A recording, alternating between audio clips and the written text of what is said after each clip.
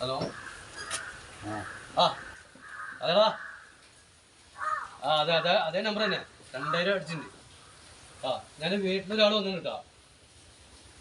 ഞാൻ വിളിക്കാം.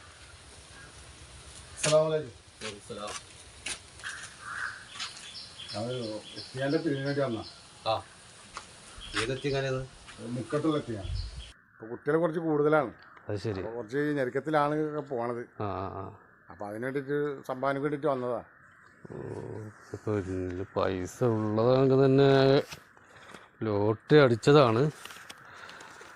അപ്പോൾ നിങ്ങളിപ്പോൾ എടുക്കുമോയെന്ന് അറിയില്ല. കാരണം എത്തിങ്ങനൊക്കെ ആയതുകൊണ്ട് വാങ്ങുന്നത് എങ്ങനെ പ്രയാസമുള്ള കാര്യമാണ്. പൈസ അല്ലേ എന്നൊരു കാര്യം ചെയ്തു. നിങ്ങളൊരു 200 രൂപ നിങ്ങൾ എത്തിങ്ങാനൊക്കെ ആയിട്ട് എടുത്തോളൂ. ബാക്കി 300 തന്നാളേ. കാരണം എൻ്റെ മോനിക്കേ റീചാർജ് ചെയ്ത് കൊടുക്കണം. അപ്പോൾ എൻ്റെ ജിപേയിലുള്ള പൈസ കഴിഞ്ഞിരിക്കണം. അപ്പോൾ ഈ റീൽസൊക്കെ കാണാണ്, അല്ലെങ്കിൽ ഭയങ്കര പ്രയാസമാണ്. അതെ അതെന്താ നിർബന്ധമാണ്. അതെ എന്താ കാലം പോയപ്പോ അല്ലെങ്കിൽ പൈസ വേണ്ട, അയാളാക്കി മേടിച്ചു. അതാകുമ്പോ ഒരു പൊരുത്തുണ്ടാവും. ഞാൻ ചോദിക്കട്ടെ, അവിടുന്ന് പണിക്കൂലിട്ട് അതെ ഒന്നൊരു 500 ചേഞ്ചോട്ടാ. 500 ചേഞ്ചാ? 500 നോട്ടാ? 500 എന്തിലും 500 നോട്ടാ?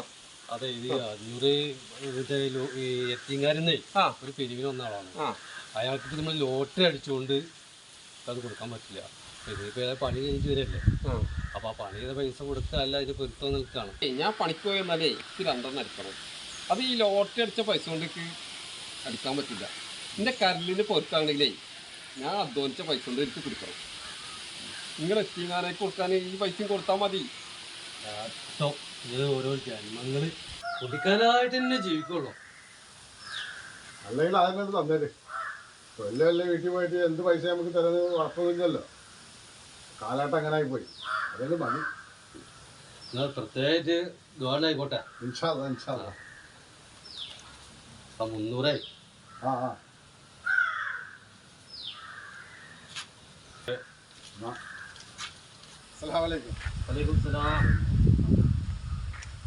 അതെ നോട്ട് നമ്മൾ എടുത്തിട്ടുണ്ട്. നാളത്തേക്ക് കാര്യമായിട്ട് അടിക്കുകയാണെങ്കിൽ എന്തായാലും കാര്യമായിട്ട് സംഭാവന നിങ്ങൾക്ക് ഉണ്ടാവും.